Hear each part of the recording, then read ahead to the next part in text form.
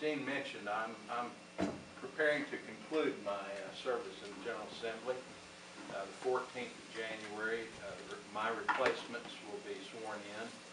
Election's over, and so they're either in office already or they're elects. And so it's been a wonderful privilege for me. And one of the things that you know about me, if you've heard me speak before at veterans occasions, I'm not a veteran myself. Tommy and I were talking about it. You know, I'm blessed to have one of my best friends in the whole world right here, Tommy Rowe. We grew up right here. He lived over there, and I lived about 3 houses down from him.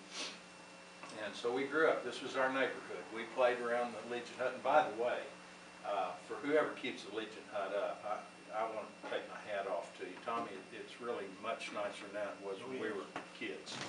And so that's a good testimony.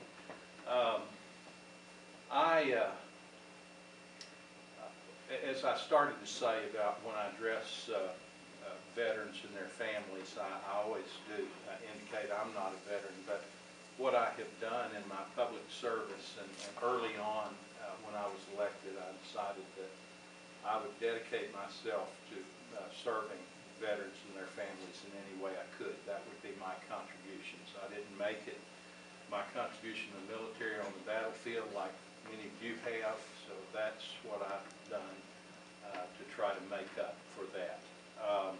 My friend Tommy and I, when we graduated from high school, we'd grown up here together. He went right into the Navy, and I went off to college. I was asking him earlier what his lottery number was, because mine was 153. I was very fortunate. We turned 18 in 1971, and well, actually, you turned in September. It's your birthday, right? So you beat me. It was actually in 70, but when they drew our lottery numbers, mine was 153. The first 100 were on call, the next 50 were on standby, so I was very fortunate. And one of our best friends, Ronnie Tomsich, who we lost recently, he had to go. He was drafted, and we communicated during the time he was over there. I have always kind of missed the camaraderie that veterans have, that extraordinary bond that you have as brothers and sisters now. We have more women serving in active duty, and not just in the medical corps where they've made their contribution for so many years.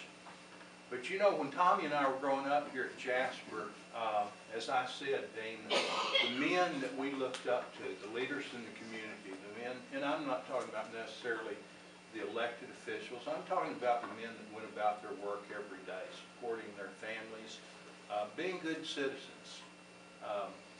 And you know, I've seen that veterans, not only did they make their service and sacrifice in the military, on the battlefield, but when they came home, they were extraordinary citizens too. They actually, if you stop and think about the contributions that veterans make when they come home, nobody has a better appreciation and understanding of citizenships and the responsibilities that go with it than a veteran does. And I'm truly grateful for that, and how fortunate we were, Tommy, to have men in our lives that you could really look up to.